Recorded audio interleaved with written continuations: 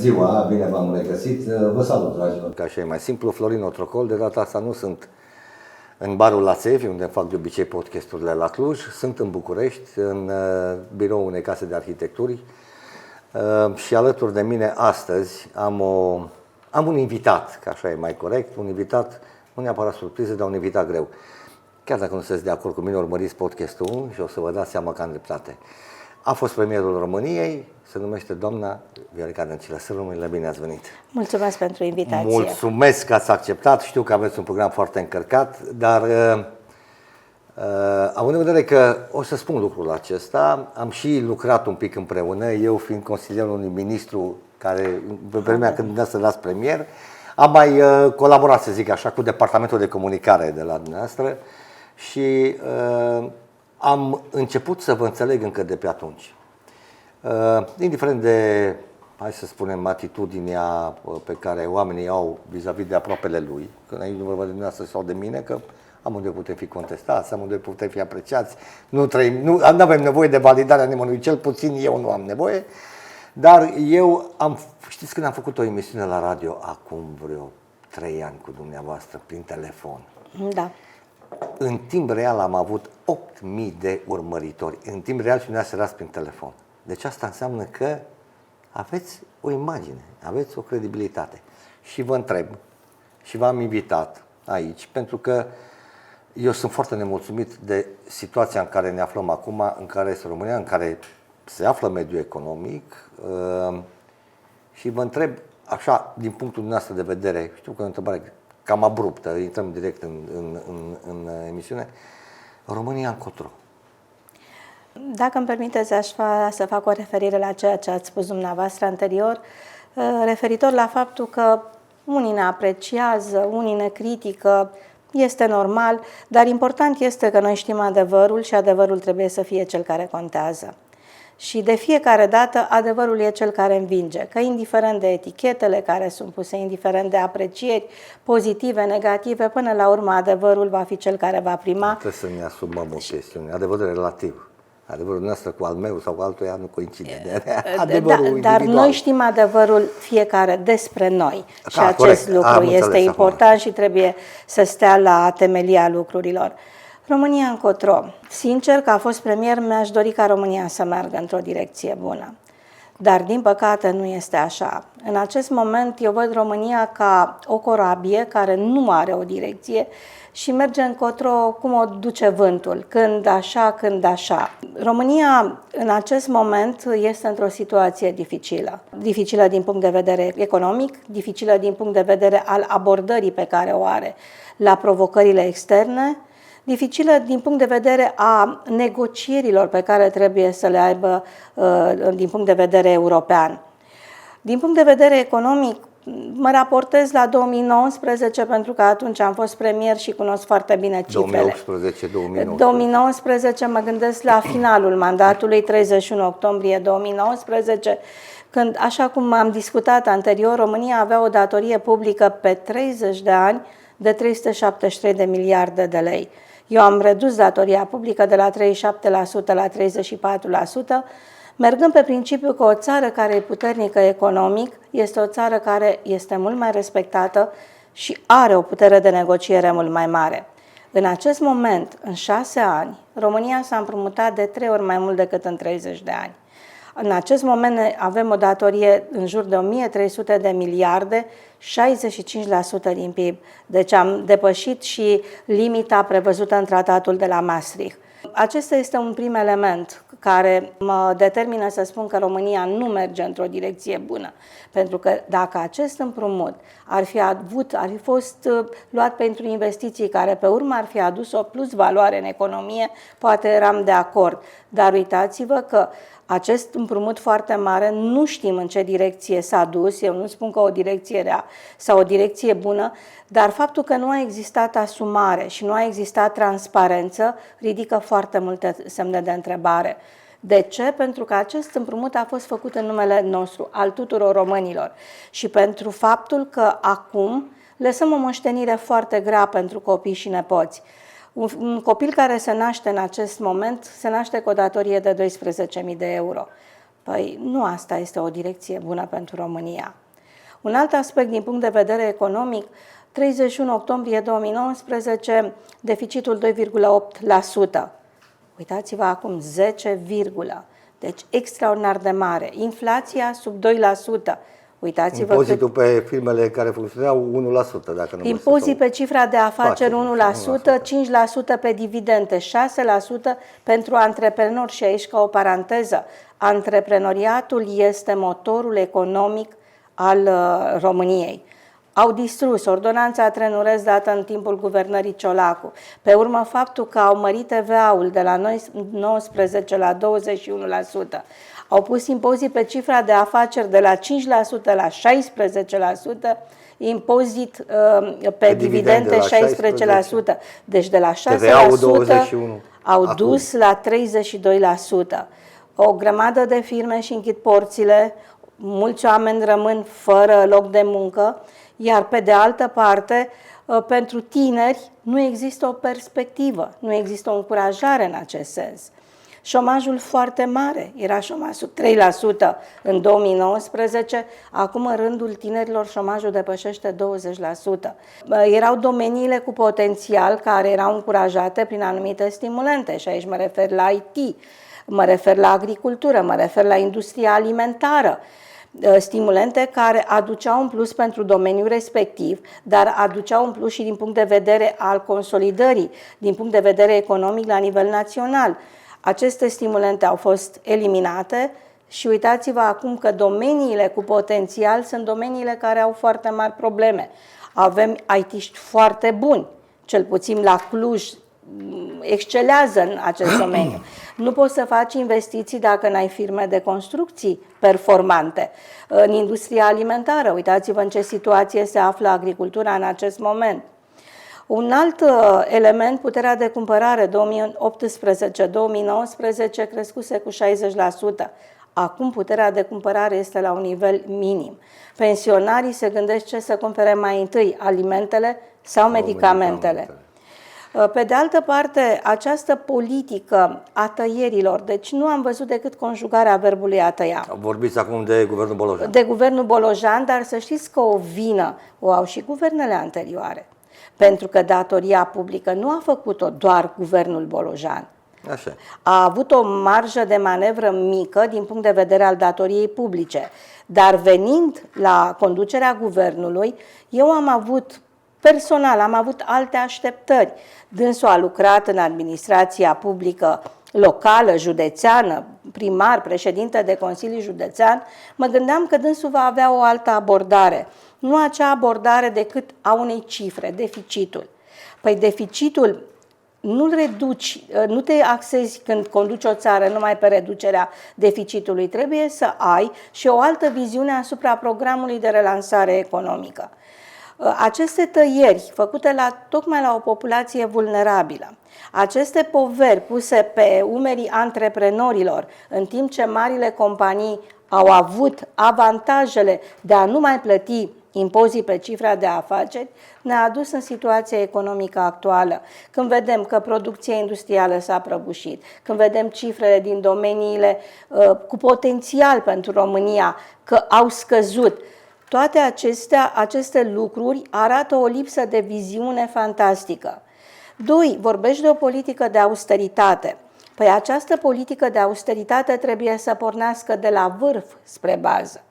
Am văzut că cheltuielile nu au fost reduse la agenții, la secretari de stat, la subvenția partidelor politice, la cheltuielile cu bunuri și servicii în cadrul administrației publice centrale. N-au fost tăiate, să lăsăm da, așa este.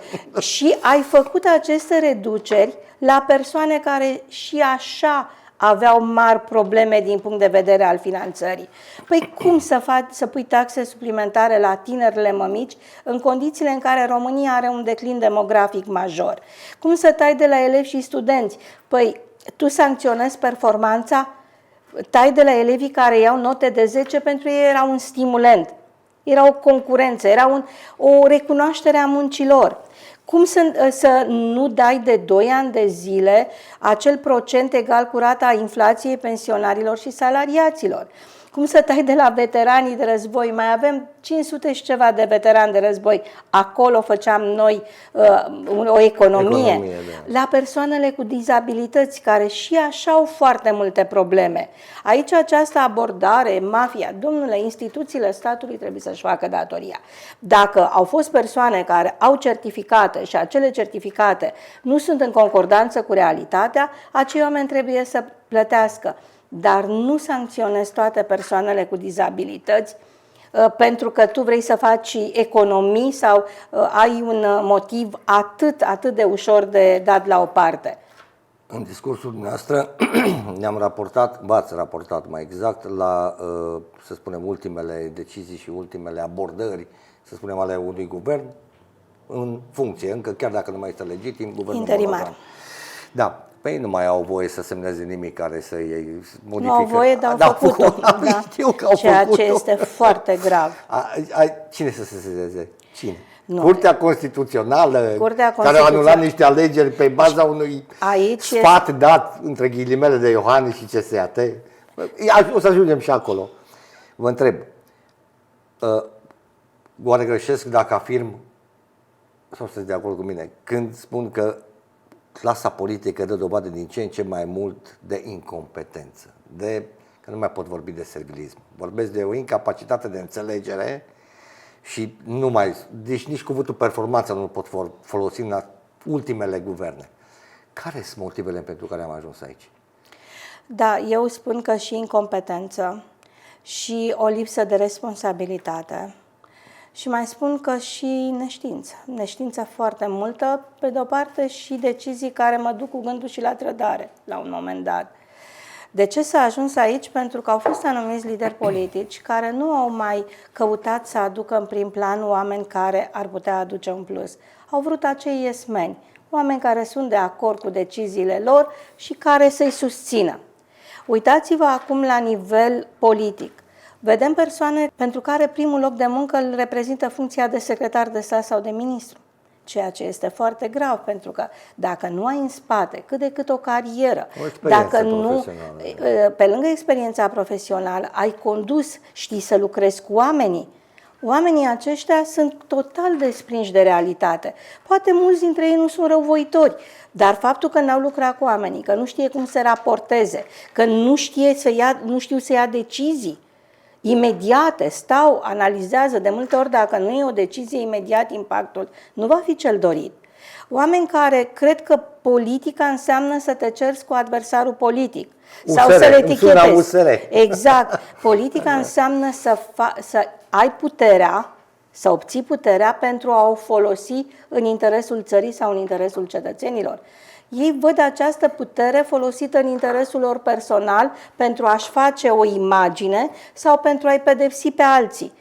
Sunt de acord, sunt și foarte multe lucruri care nu funcționează bine, sunt și foarte multe lucruri care trebuie sancționate, dar acest lucru nu te face un ministru mai bun. Un ministru mai bun te face când tu ai o foaie de parcurs, cu dată de începere, finalizare pentru fiecare proiect, cu o proiecție financiară în spate și când aduci un plus. Toate acestea am găsit acolo, e corpul de control. Ai găsit, trimis către instituțiile abilitate. Nu faceți să credeți că în corpul de control lucrează alți oameni decât cei care, hai să zicem acum, sunt pe anumite poziții? Nu știu, eu am avut corpul de control acum foarte 6 bun. Ani. Da, acum foarte bun și în momentul în care era ceva în regulă, nu era nevoie să mă duc și să spun. Imediat făceam sesizarea către instituțiile abilitate, pentru că pentru mine era mai important ceea ce pot să fac pentru țară. Nimeni nu este perfect, dar să știți, când te duci pe un scaun, va veni și vremea să pleci de pe acel scaun. Important este ce lași în urma ta. Și aici vreau să vă spun că din persoana care am fost etichetată în fel și chip, s-a creat o percepție negativă fantastică, întreținută, departe de realitate. La un moment dat mi-am dat seama că nu pot lupta cu această percepție, e mult mai puternică. Și atunci m-am axat pe programul de guvernare și pe ceea ce pot să fac. Uitați că au trecut 6 ani și oamenii au înțeles, pentru că oamenii fac diferența. cum trăiau atunci, cum trăiesc acum, ce s-a întâmplat atunci, ce s-a întâmplat acum. Și acum mă întâlnesc cu medici și îmi spun, dumneavoastră ne-ați făcut salariul 4.000 de euro ca să împiedicați exodul medicilor în afara granițelor. De atunci nimeni nu ne-a mai crescut salariul. Dumneavoastră ați mărit salariile la profesori, la polițiști, la... Toate acestea rămân. Studenții circulau fără să plătească pe mijloacele de transport în comun. La Cluj, de exemplu, e liber. Eu vorbesc în modul general de ceea ce s-a întâmplat atunci. Am dublat alocațiile. Aceste lucruri se văd de acum. alocații nu mai vreau să... Aceste lucruri se văd acum. Și oamenii fac diferența. Ei bine, fiecare ar trebui să ne raportăm atunci când pleci, să trage o linie, rezumatul lucrurilor pe care le-ai făcut să fie unul pozitiv și cu impact. Pentru că timpul va aduce în prim plan ceea ce am făcut fiecare dintre noi. Acum nu mai există. Oamenii se duc, ocupă o funcție și cred că vor fi veșnic în acea funcție. Pun accentul mai mult pe această ură și dezbinare decât pe proiectele pe care le au. Uitați-vă în acest moment pe cine mai interesează cine cu cine se ceartă. Nu, eu am văzut cel puțin în cazul USR-ului, vorbesc strict despre ei, cei 4 miniștri ai USR-ului, din punctul meu de vedere, nu au făcut nimic administrativ, au făcut poliție politică. Deci au săpat după ce au lucrat predecesorii lor. Bă, nu, eu cred că au făcut rău. Dumneavoastră sunteți elegant, dar eu pot să vă spun că au făcut rău. Pe Ministerul de Externe, ne-am izolat complet în afară de Ucraina și Republica Moldova. Ziceți-mi ce legături mai avem într-o perioadă în care trebuia să avem un ministru de externe, un diplomat de carieră, pentru că în acest moment se configurează noi sfere de influență, se iau decizii care ne privesc, iar noi nu numai că spunea cineva că suntem în meniu, nici în meniu nu suntem. Noi suntem undeva unde nu mai contăm. Să fi avut un ministru de externe care să fi știut ce este negocierea politică. Ca Bogdan Aurescu, de exemplu. Oameni de carieră, oameni diplomați de carieră. Cristian Diaconescu, Cristian Diaconescu. Eu l-am avut pe domnul Meleșcanu, care iarăși a fost diplomat de carieră, dar avem. E bine, eu simt acum că diplomații de carieră sunt trecuți pe linie de margine. Rezerviști. Da, și acum sunt oameni care cred că politica externă se face în acest mod.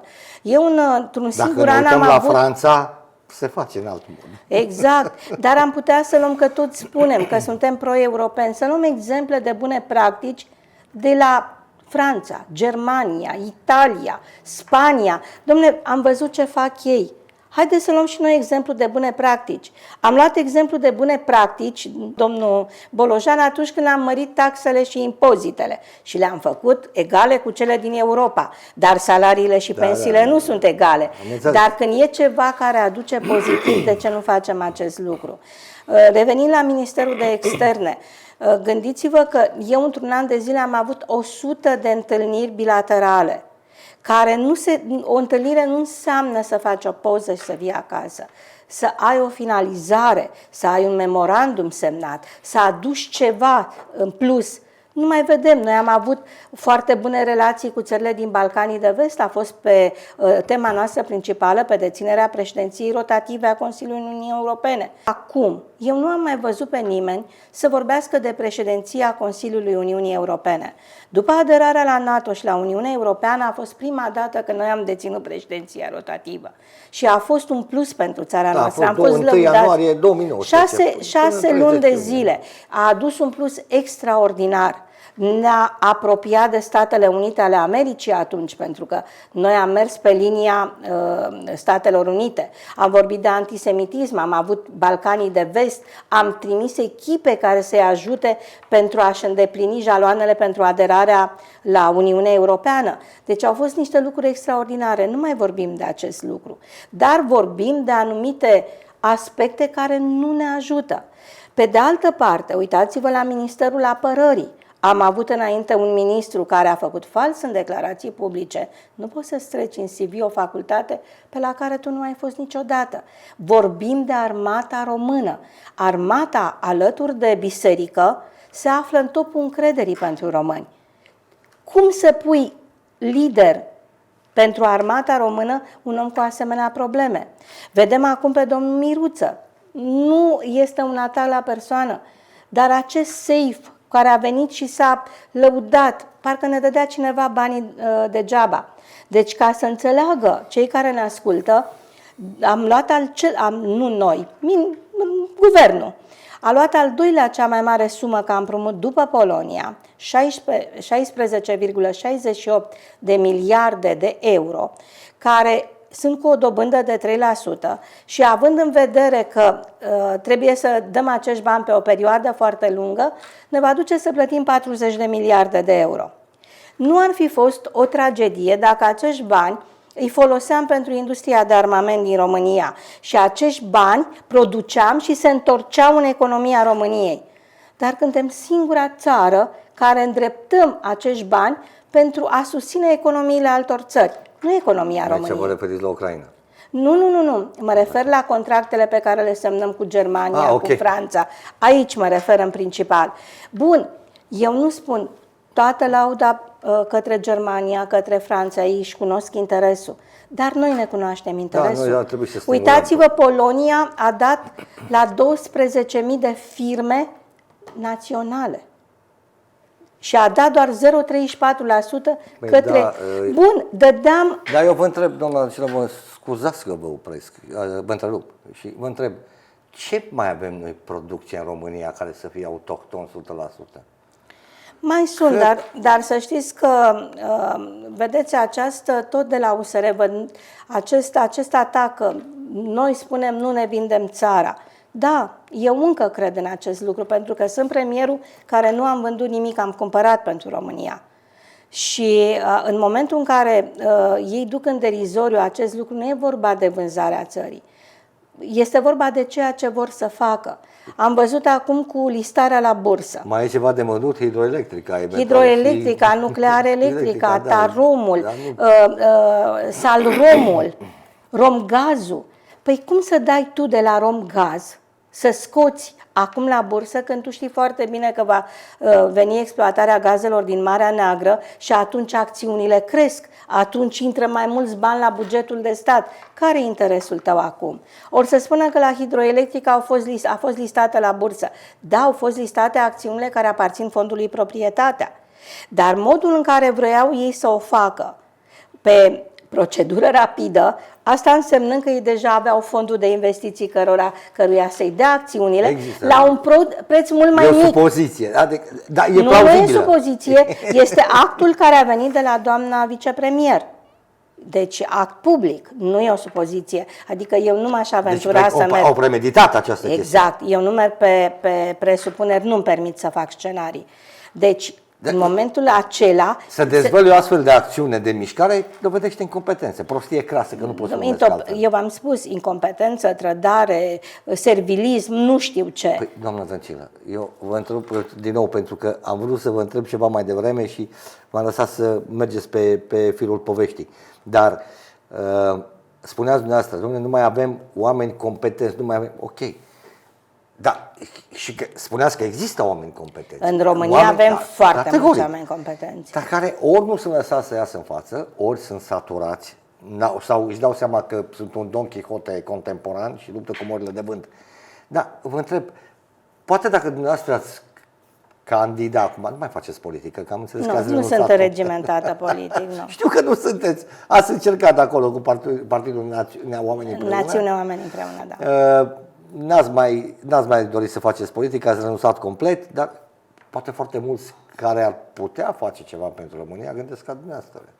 Da, să știți că... Și nu cred că în cazul dumneavoastră cum e, să se întoarcă, sau în cazul celor care nu au făcut politică niciodată, să se opintească, să zicem așa, să pornească o... Dacă mă întrebați ca o soluție pe ceea ce se întâmplă acum, eu văd că toate partidele și-au atins limitele. Nu mai sunt așteptări. Există o neîncredere majoră în partidele politice. Pe ce? Mergem cu aur? Deci oamenii nu pot să spun că văd speranță. Ce aș vedea eu în acest moment? Aș vedea o declarație de la Snagov. În fiecare partid sunt și oameni competenți. În afara partidului avem destui români care pot face față unor funcții și și le îndeplinească cu succes, se pot ridica la nivelul funcției pe care o ocupă. În acest moment, cred că pentru România nu mai este timp pentru experimente. În acest moment, pe fiecare portofoliu avem nevoie de oameni cu experiență și expertiză, dublați de secretari de stat cu experiență și expertiză, cu o foaie de parcurs pe fiecare domeniu în parte, dacă vrem să aducem România pe linia de plutire. Dacă iar vedem alianțele unor partide care vor pune politic pe cel care este agreat de președintele partidului, dar nu are nicio legătură cu domeniul respectiv, eu nu cred că vom ajunge la un rezultat bun. Pe de altă parte, cred că trebuie să revenim la acele echipe de negocieri pe care eu le cunosc foarte bine și le susțin. De fiecare dată ne place să dăm vina pe Bruxelles. V-am spus, sunt pro-european convins, 9 ani europarlamentar, dar nu cu Europa care din acest moment, adică nu cu conducerea de acum. De ce? Nu ca persoană. S-au îndepărtat de tratat, au luat decizii greșite, Green Deal-ul, și trebuie să se întoarcă la respectarea tratatului ca să genereze încredere. Au mers pe domenii care efectiv nu au adus un plus și uitați-vă că Europa acum nu mai are puterea de negociere, nu mai este credibilă. Nu se pare o chestiune. Nu este deloc o decizie bună. Dar noi avem nevoie de o Europă puternică și eu încă sper într-o Europă puternică. Pe de altă parte, nu sunt de acord cu deciziile care le-au luat și au vulnerabilizat întreaga Europa. Avem nevoie de un alt leadership, iar pe de altă parte avem nevoie și la nivel național de oameni care știu cum se lucrează în instituțiile europene și de aceste echipe de negociatori. Pentru că noi de fiecare dată dăm vina pe Europa când ne convine ceva. PNRR-ul, ca să luăm un exemplu concret, păi PNRR-ul nu ni l-a creionat Europa, noi l-am făcut. Ce am scris în PNRR, domnul Ghinea ce a scris în PNRR, că ne vom închide toate capacitățile de producție pe cărbune până pe 31 august 2026. Păi cum așa? Germania deschid minele de cărbune, Polonia deschide minele de cărbune. Deja, iar noi am scos 9 grupuri de la complexul energetic Oltenia, am scos din mixul energetic fără să băgăm nimic în loc. Vă spuneam că în 2019 România producea 12.000 de megavați. Asiguram tot necesarul. În iarnă noi consumăm cam în jur de 8.000. Deci și exportam 4.000 în iarnă, dar vara exportam la 7.000-8.000 de megavați. De aceea mi-am permis prin ordonanța 114 să plafonez prețul la energie și la gaze la 68 de lei, prețul la megavatul la energie. Era bine și pentru companie, era bine și pentru cetățean, că era un preț foarte mic. Ce au făcut de atunci? Au scos din mixul energetic și n-au băgat nimic în loc. În acest moment noi mai aveam 4.600 de megavați. 4.600 de megavați. Am mai închis 2 grupuri la complexul energetic Oltenia, aici vom rămâne doar cu cele 2 grupuri de la Rovinari. Reactorul 1 intră pe 10 mai, a intrat în reparații capitale pentru 3 ani, deci ne-au mai ieșit 700 de megavați din sistem, iar reactorul 2 are o defecțiune, au mai ieșit încă 700 de megavați. Numai cele 2 reactoare reprezintă 20% din producția de energie. Ce avem în loc?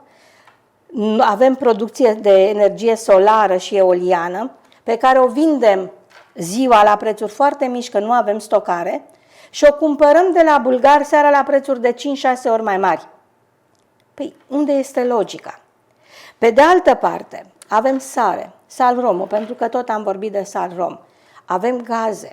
De ce nu am dezvoltat industria petrochimică? Avem cea mai pură sare. Noi am concesionat zăcăminte de sare către Ungaria, bravo lor, dar nu am folosit pentru România. Mai mult decât atât, ca cetățenii să înțeleagă de ce sunt atât de revoltată. Primele molecule de gaz pe care le-am extras din Marea Neagră, Black Sea Oil and Gas, le-am concesionat pe 15 ani unei companii străine. N-am folosit nici măcar o moleculă de gaz pentru România. Iar acest lucru s-a făcut pentru că România are drept de preemțiune conform legii Cu acordul Guvernului României, cu acordul Ministrului Energiei. De ce n-am folosit acele gaze pentru companiile românești? Pentru că acum, uitați, am închis Azomure, singura care a mai rămas unitate care produce îngrășăminte, pentru că sunt gazele scumpe. În loc să fie avut gaze, să ne fi susținut companiile românești, le-am dat. Pe agricultură cumpără îngrășăminte și pesticide la prețuri extraordinar de mari, o presiune suplimentară, când noi aveam producție proprie. Pe da, politica, eu întotdeauna am suspectat Europa că ar vedea România ca o piață de desfacere, nu ca un partener. Dar nu e vina lor. Eu vă spun că e vina noastră. Și am să vă dau un exemplu. De acord că e vina noastră, că guvernele iau decizii și... Nu au uitat să spună nu atunci când interesul național o cere. Eu am discutat Au uitat? Au uitat. Eu Să nu am mai generoasă. văzut. Eu nu am văzut. Cred că au uitat. Au dat dovadă de slugărnicie și de fiecare dată au acceptat. Pe mine m-a sunat, eram președintele Consiliului Uniunii Europene, conduceam în acel moment cu Guvernul Europa, m-a sunat Angela Merkel și mi-a spus să pun pe masa Consiliului European, pentru că Consiliul Uniunii Europene pune dosarele pe masa Consiliului European, un proiect. Am spus că nu pot, pentru că asta ar însemna că fac un defavor României și că mă voi poziționa împotriva partenerului strategic. Nord Stream 2. Nord Stream 2. Și atunci Polonia, Statele Unite erau împotriva acestui proiect, având în vedere că România se afla sub cupola Statelor Unite din punct de vedere al securității, am susținut acest punct. Doamna Merkel mi-a spus că știu cu cine vorbesc, este Angela Merkel, cancelarul Germaniei. Și am spus da, și eu sunt premierul României, Viorica Dăncilă, și răspunsul meu este tot nu. Deci am știut să zic nu. În momentul acela m-am gândit că vor fi presiuni, că nu au fost. Să știți că ești mult mai apreciat când dai dovadă de demnitate și ții cu țara ta decât atunci când te duci și dai dovadă de slugărnicie. Uitați-vă acum, scuzați-mă că îmi continui, la modul cum se raportează la Uniunea Europeană. Noi nu știm să negociem. Eu ce aș fi făcut? Este războiul în Ucraina. A început războiul. Toate mașinile de mare tonaj au trecut pe teritoriul României, distrugând infrastructura. Bineînțeles că aș fi fost de acord, dar aș fi pus condiția Uniunii Europene să ne aloce bani pentru să ne refacem infrastructura. Nu? 2. Noi furnizăm energie Ucrainei și Republicii Moldova. Pentru mine ar fi însemnat un atu să mă duc la Uniunea Europeană să spun, oameni buni, eu furnizez în continuare, dar mie nu-mi închideți nicio capacitate pe cărbune. Dimpotrivă, îmi alocați fonduri să-mi dezvolt sistemul energetic ca să pot să susțin și cele două țări, dar să nu persecut nici cetățenii mei. Dar constituțional, Uniunea Europeană nu poate să-ți impună regulile la tine în țară.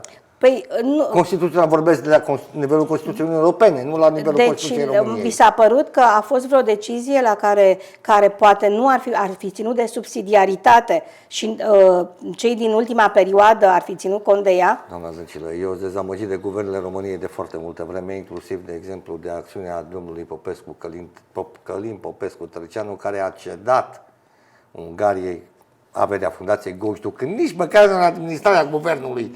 Deci nici nu vreau să mai redeschid subiectul ăsta. De aceea v-am și spus că în timpul mandatului meu, probabil de aceea am fost și așa de etichetată. Nimic din ce a aparținut. Trebuie să vă spun un lucru pe care nu l-am spus până acum. Eram în discuții cu custodele coroanei ca să iau Peleșul înapoi către statul român. Aveam discuții și negocieri ca să pot să preiau Peleșul, pentru că, într-adevăr... Pentru ei era o cheltuială majoră? Întreținerea este foarte mare. Toată aprecierea, am găsit foarte multă deschidere la Casa Regală și am început negocierile pentru a prelua Peleșul, să-l aduc din nou în subordinea statului român. Deci, nu... Al doilea lucru, damenul, pentru că am văzut că e un mare scandal, atunci noi am făcut toate demersurile și am devenit acționari majoritari. De ce am vrut acționari majoritari? Pentru că știți că noi atunci trebuia să cumpărăm 2 corvete. În caietul de sarcini, pentru a cumpăra cele 2 corvete, era trecut obligatoriu producție în România.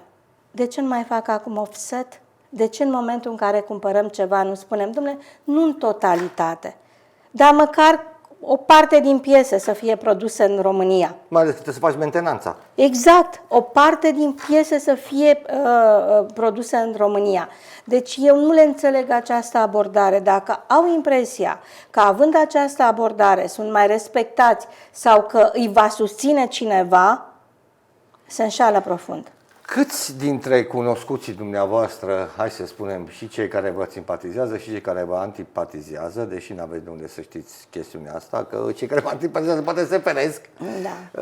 și sunt de acord cu dumneavoastră, câți sunt de acord cu dumneavoastră în chestiunea asta, găsesc inoportună o reacție publică. Că pentru că nici dumneavoastră nu vă exprimați. Acum, nu v-am auzit foarte des, v-am mai văzut la câteva podcasturi, câteva reels-uri care au apărut așa în spațiu public, ați mai spus unele lucruri. Să știți că impactul este, chiar dacă nu e cel vizibil, sau poate că și dumneavoastră, și eu, și mulți alții care avem deja ani în spate și experiență profesională, nu mai căutăm validare de mult, am renunțat la ea. Dar tocmai de asta vă zic, nu ar trebui să fie un reset, nu știu, o noapte a cuțitelor lungi, poate folosesc un termen prea dur, așa, a venit din istorie, și să încercăm să, nu știu, putem scăpa de clasa asta politică. Eu cred că da. Să știți că eu ies Că ei de plecat nu pleacă, uitați-vă la de Bolojan. bunăvoie nu. Eu să știți că sper în acest lucru. Am ieșit foarte mult și am vorbit în spațiu public. Nu pentru a-mi căuta o validare sau pentru a cere ceva, ci pentru faptul că sunt printre oamenii care chiar pot să spun că iubesc foarte mult țara și consider un lucru. Atunci când am depus jurământul de premier, cu mâna pe Constituție și pe Biblie, eu nu consider că l-am depus doar pentru cei 2 ani în care am fost premier. Consider că acel jurământ e valabil pentru mine pentru toată viața. Și a fost o perioadă în care nu am mai ieșit în spațiu public, dar văzând ceea ce se întâmplă, mi-am dat seama că trebuie să vorbim mai mult, să le spunem adevărul.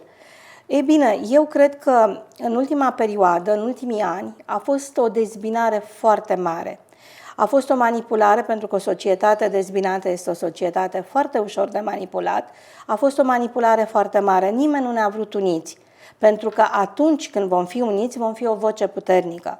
Dar românii trebuie să înțeleagă, marile proiecte pentru România s-au făcut doar atunci când am fost uniți. Să-și pună întrebarea de ce ne vor alții atât de dezbinați. Și pentru ce suntem atât de dezbinați? Pentru ce zice unul sau altul? Sau pentru un obiectiv care efectiv ne privește familia noastră, comunitatea noastră? Eu cred că dacă mai mulți oameni se unesc, au curajul să vorbească, putem schimba lucrurile. Dacă doar așteptăm ca alții să facă acest lucru... E suficient să vorbească, doamnă, dar trebuie să și facă. Să și facă, adică să se implice în contextul ăsta. Exact. Cred că oamenii care au făcut un pas în spate, dar oameni cu experiență, oameni serioși, oameni care nu se mai regăsesc, că nici eu nu mă regăsesc, de aceea nu mai sunt înregimentată politic. Pilat din Pont, acum e o blasfemie ce fac eu, ce omul. Uite omul, de ce nu? Da, deci avem nevoie să facem un pas în spate. Și am să vă spun un lucru personal. Eu la un moment dat am spus nu mă mai implic. Merg pe drumul meu, am proiectele mele, mă voi. Și vorbeam cu fiul meu. Și fiul meu mi-a spus așa, bun, tu nu te implici. Alții ca tine nu se implică. Părinții voștri v-au lăsat o țară în care voi ați trăit decent, cât de cât. Voi ce țară ne lăsați nouă? O țară în care noi nu ne mai găsim un loc de muncă, o țară în care noi nu mai avem așteptări, unde să ne întemeiem o familie, unde să trăim cât de cât decent. Prima dată m-am supărat, am zis că, mi se pare, am spus, faceți voi, eu. Și pe urmă mi-am dat seama că are dreptate. Cred că trebuie să ne implicăm și noi, care suntem o generație mai veche, pentru că avem experiență și expertiză, dar foarte important să implice tinerii, pentru că ei trebuie să-și creioneze viitorul pe care și-l doresc și să se regăsească. Ei pot creiona, dar fără un sprijin, fără o autoritate, hai să spunem așa, maturității. Vedeți, mulți acum încearcă să despartă generațiile. Eu, dimpotrivă, cred că este nevoie de o unire între generații, pentru că avem nevoie de experiența și expertiza celor cu ghiocei la tâmple și avem nevoie de puterea de acțiune a tinerilor, de energia lor, de puterea lor de a schimba lucrurile. Și dacă vom reuși acest lucru, cred că vom face lucruri frumoase împreună. Oricum nu putem lăsa această corabie pe care am numit-o România la început să meargă așa cum o poartă vântul. Noi trebuie să-i dăm o direcție. Și ca să-i dăm o direcție, trebuie să nu uităm că în această corabie suntem toți. Și cei mai în vârstă și cei mai tineri, toți suntem. Iar dacă această corabie merge așa în derivă, toți vom merge în derivă. Vom putea oare, întrebarea, să ne unim și să schimbăm cursul acestei corăbii? Eu zic că da, întrebarea este cum o facem. Ați avut un discurs ca și cum ar fi finalul. Ne apropiem de final, dar mai am câteva chestii să vă întreb. Cum vedeți viitorul politic al acestei țări? Adică, ce credeți că va face Nicu Șordan acum? Ce vor face partidele politice? E opinie. Poate că aveți informații care... Ceea ce văd acum este un lucru greu de acceptat. În primul rând, văd că Constituția și separarea puterilor în stat nu mai contează. Vorbeam cu dumneavoastră și înainte, executivul a devenit legislativ. Da, se guvernează prin asumarea răspunderii și ordonanțe de urgență. De guvern, da. Nu mai vedem dezbatere. Nu există niciun fel de asumare și transparență. Da, eu am luat această decizie, că e mai bună, că e mai rea, dar mi-o asum. Nu știm nici până în acest moment câți bani au fost direcționați către Ucraina.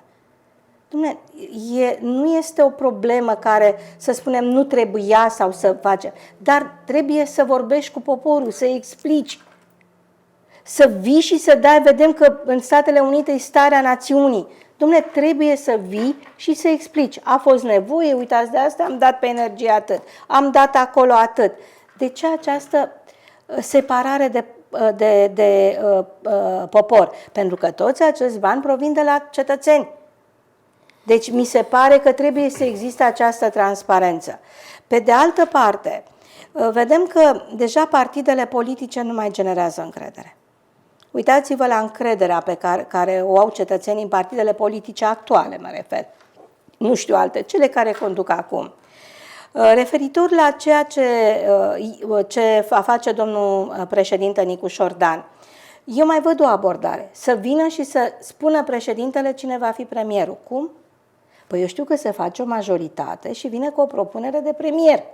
Da, există ideea unui tehnocrat. Dar mă rog, și tehnocratul la mine tot din Dar încă ceva. Nouă ne trebuie o majoritate și o propunere de premier. Nu poate președintele. Nu suntem în Marea Britanie în care să avem un monarh care să numească premierul. Adică trebuie să respectăm Constituția. Și de ce spun acest lucru? Chiar dacă înainte există o discuție cu președintele, poate exista. Pentru că dacă cei care sunt la vârf nu respectă legea, cum putem cere cetățeanului să respecte legea? Eu cred că un lider trebuie să fie un exemplu în ceea ce privește, în primul rând, respectarea legii. Pe de altă parte, nu văd, dacă vor fi aceleași 4 partide, eu nu văd că vom merge într-o direcție bună. De exemplu, dacă vor veni cu aceiași miniștri, dacă vor avea aceeași abordare, vom schimba un om cu altul.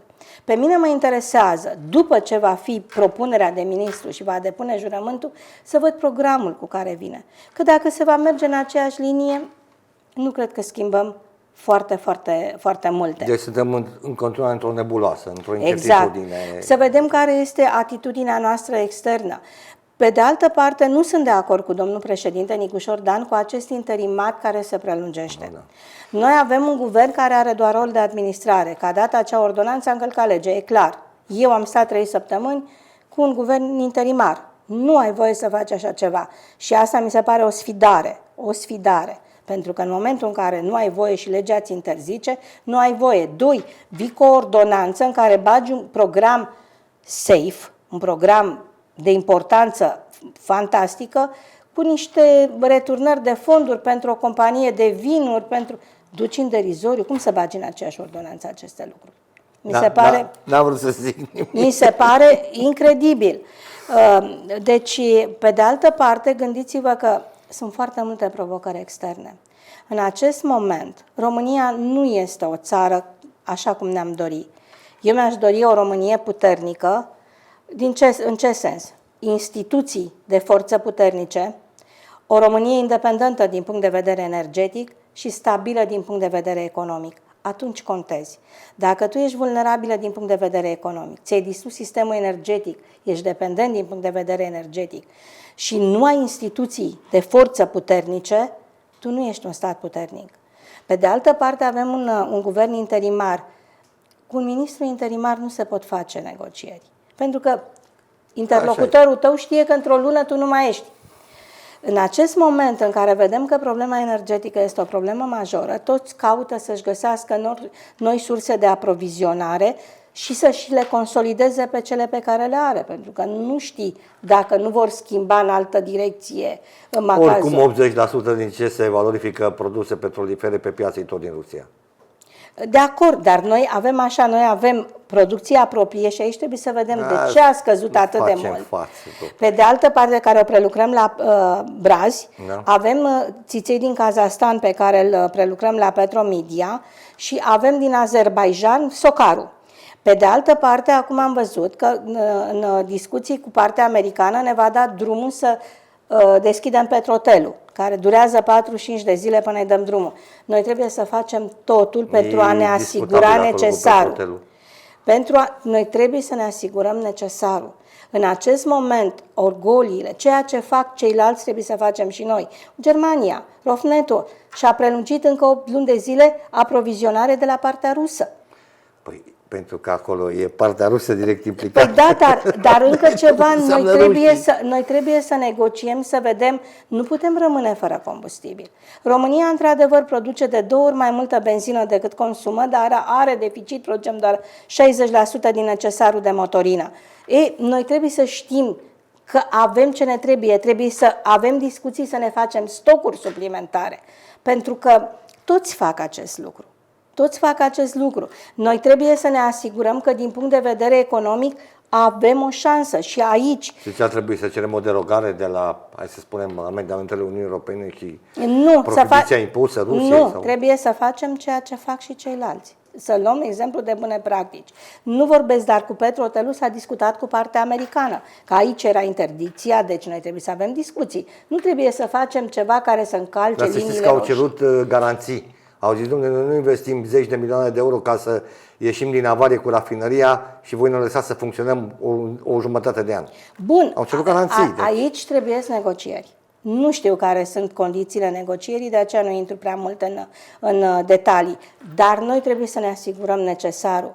Pe de altă parte, noi trebuie să avem cupola de securitate a Statelor Unite, să fim parteneri corecți, pentru că suntem membri NATO și ai Uniunii Europene, sunt niște linii roșii, dar trebuie să ne dezvoltăm relațiile cu toate țările lumii care aduc dezvoltare pentru România. Și aici eu mă refer în principal la China.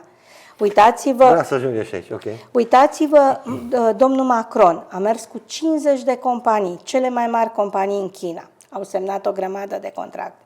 Domnul Merz, domnul Steinmeier, Marea Britanie, Pedro Sanchez, premierul Spaniei, Italia, iar acum vedem cu câte companii s-a dus președintele Statelor Unite, Donald Trump.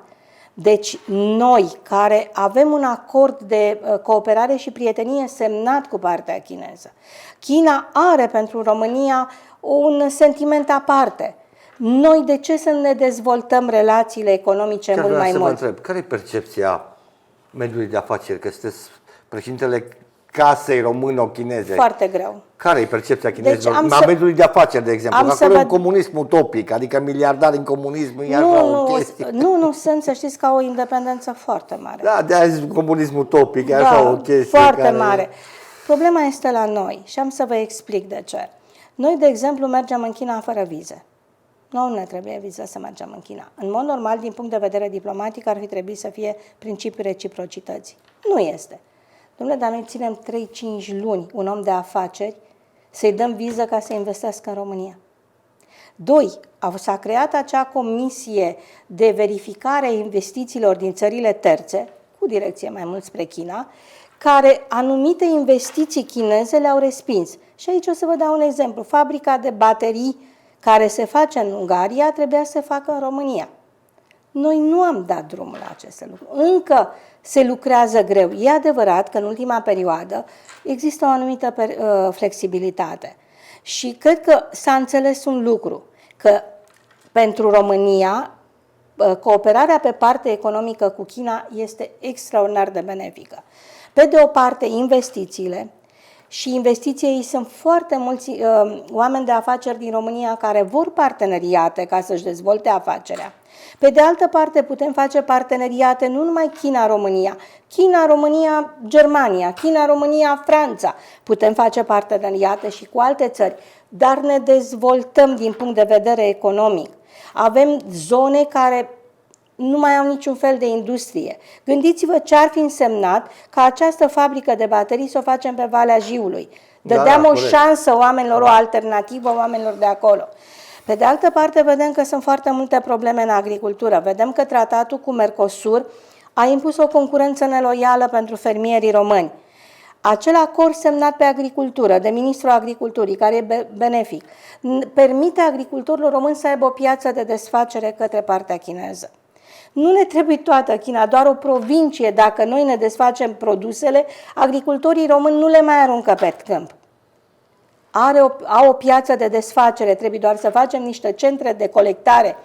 Eu am făcut atunci Casa Unirea, dar pe urmă i-au deturnat menirea, pentru că eu acolo vreau numai produse românești, i-au băgat produse din Turcia, din astea, la Casa Unirea.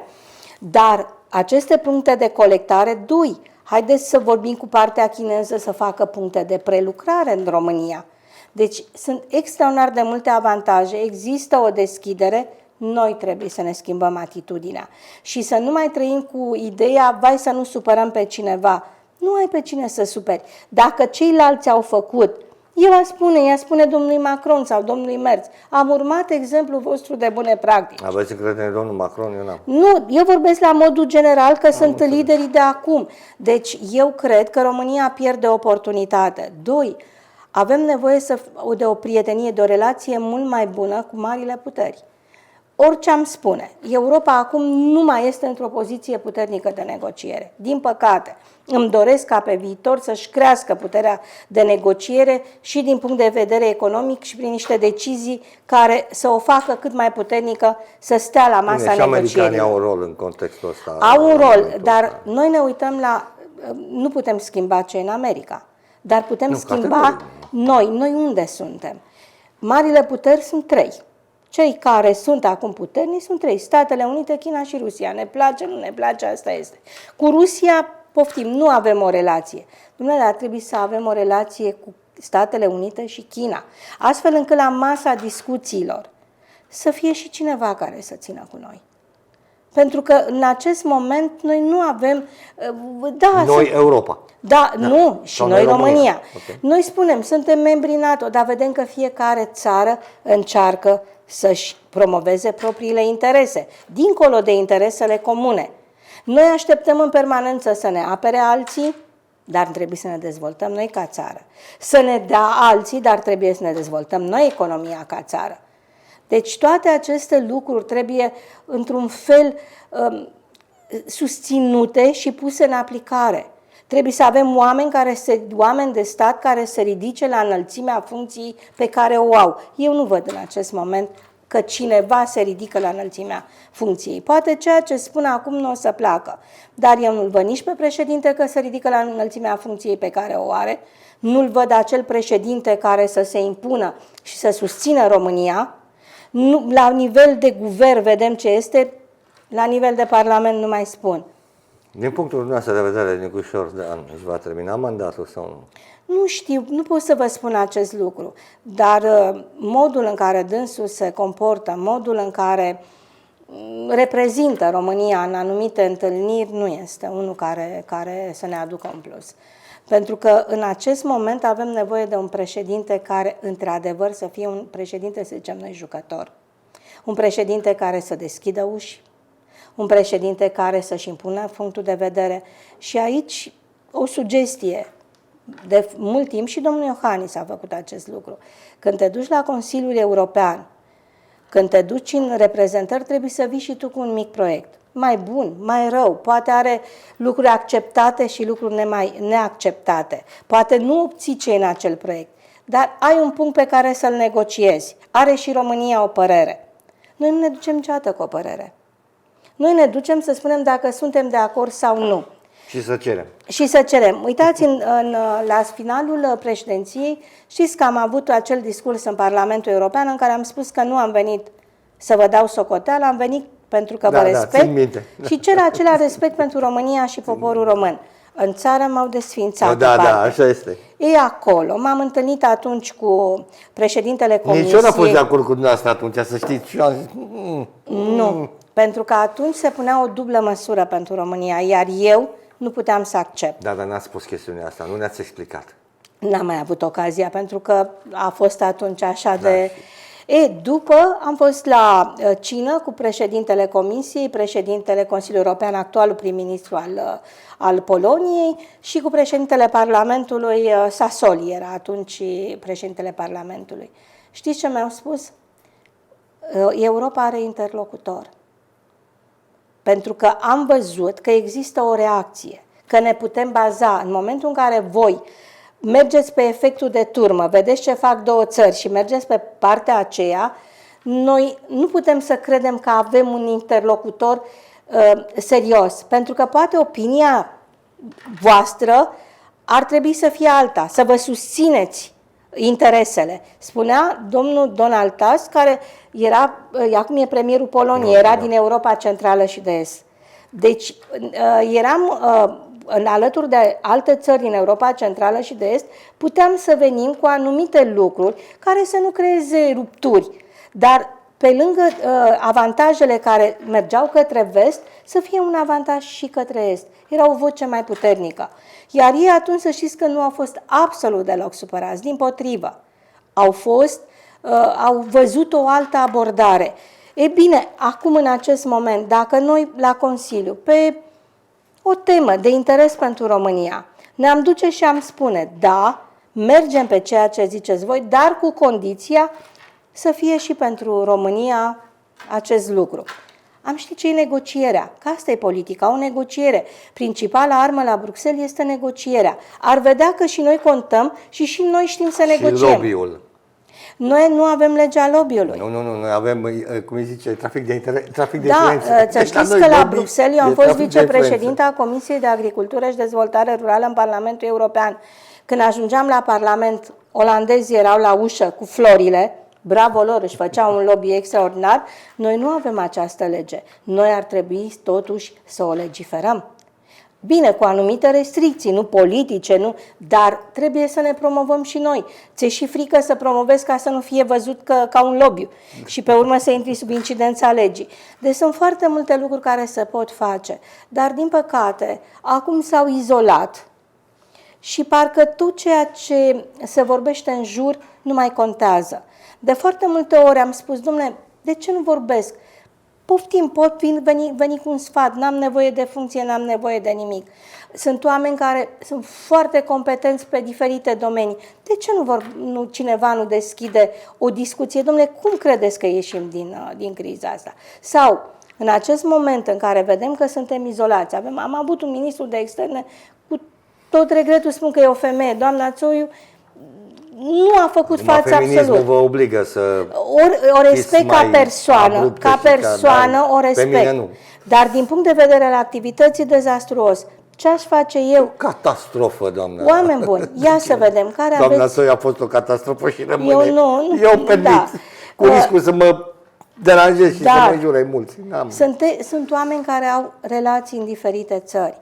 Avem foarte mulți lideri care au terminat facultățile în România. Am avut foarte mulți colegi din alte țări. Dom'le, haide, vorbesc limba română. Haideți să identificăm unde avem cunoștințe astfel încât să ne deschidem și noi ușile, să putem să vorbim din punct de vedere economic, din punct de vedere al susținerii obiectivelor noastre.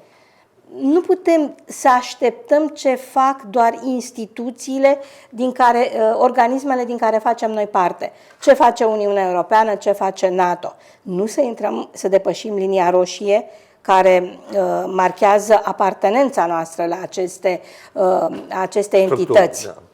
Dar, în același timp, putem să avem oricum, foarte multe. Suferă intens din cauza americanilor, din cauza lui Trump, nu americanilor. Vorbim despre Trump aici, care are Da, dar eu vă mai spun ceva. NATO e America. Da, știm. NATO este America. Ne place, nu ne place. NATO e Statele Unite. Acolo e conducerea executivă. Acolo e conducerea executivă, în Statele Unite. Bun, dar noi trebuia o relație bună cu Turcia. Partenerul nostru la Marea Neagră, am avut o relație foarte bună cu președintele Erdogan, pentru că am conștientizat că avem nevoie doua forță din NATO, de un Turcia. partener puternic la Marea Neagră. De ce? Balcanii de vest, vecinii noștri, nu mai avem relații nici cu ei.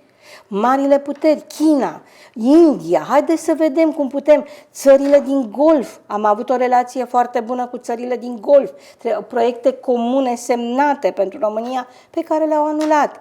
De ce nu încercăm Pentru să că au fost pornite unele dintre ele încă de pe vremea lui Ceaușescu. Nu, da, și nu, dar am Vorbim avut, de trebuia să proiectele- facem București Sud, aeroport cargo, aveam stațiune de schimb Făgărașcu pe parteneria public-privat, trebuia să facem autostrada București-Brașov, care trebuia să fie începută în noiembrie 2019 și terminată în noiembrie 2023 în parteneriat public-privat China, Turcia și Franța. Au anulat toate contractele. Mai mult, acest proiect în parteneriat public-privat cu autostrada l-au înlocuit cu al 9-lea studiu de fezabilitate, ca să vedeți modul de gândire. Și modul de gândire este greșit. Dumnezeu, a început un premier dinaintea ta, un guvern.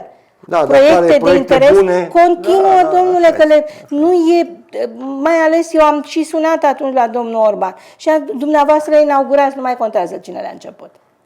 Vă referiți la Ludovic Orban Da, nostru. da. În calitate de premier. Deci, eu cred că trebuie să avem o altă abordare și dacă mă întrebați România încotro, pentru că așa am început, eu aș spune că noi putem să-i dăm o direcție dacă suntem mult mai uniți și dacă oamenii care stau pe margine fac un pas în față.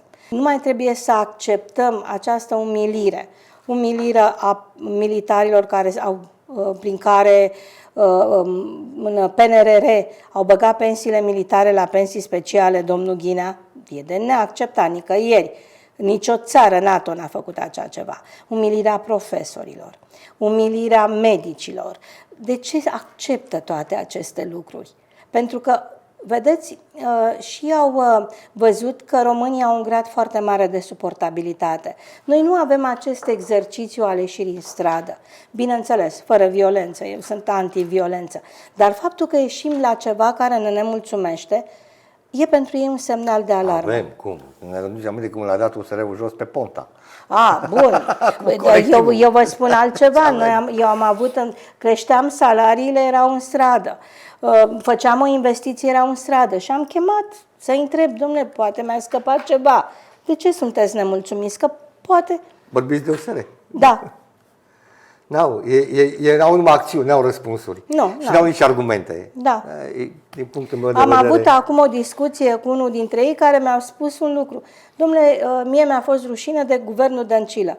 Și am întrebat de ce. Spuneți-mi o decizie greșită. Pentru că așa am vrut eu.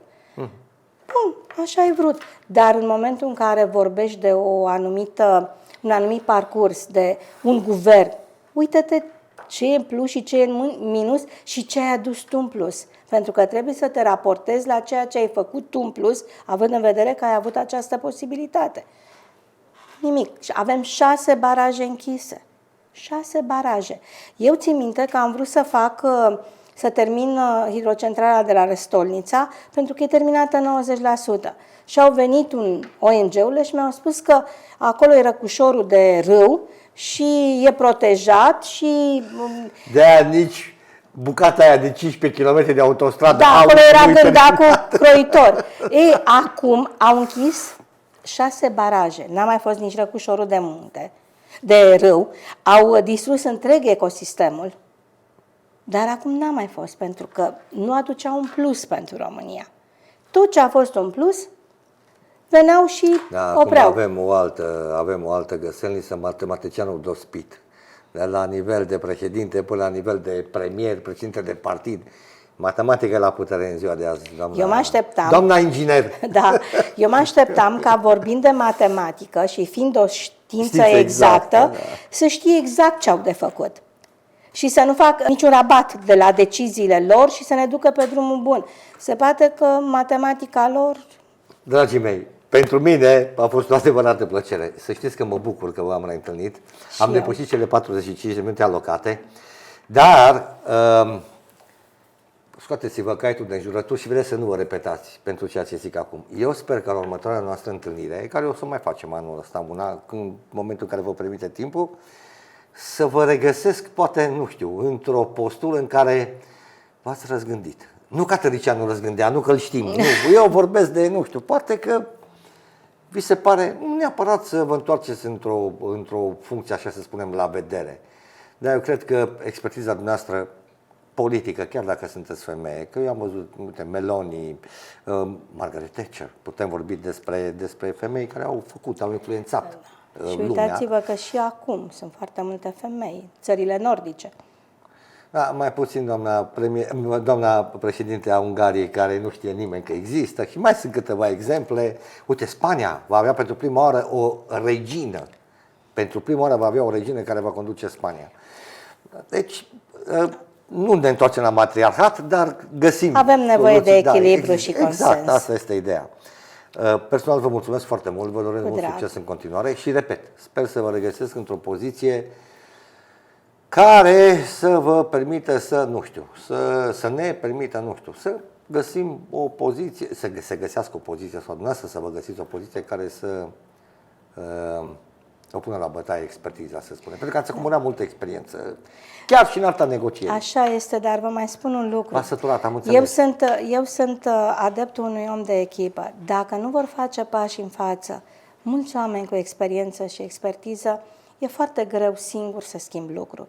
De aceea profit de emisiunea noastră să îndemn pe toți cei care pot să facă lucruri, știu că pot să facă lucruri bune, să facă un pas în față, pentru că este nevoie de dumnealor în această perioadă destul de dificilă pentru România. Mulțumesc încă o dată că ați acceptat să participați la podcastul nostru. Oameni buni, sunt Florin Otrocol. Ne reauzim curând.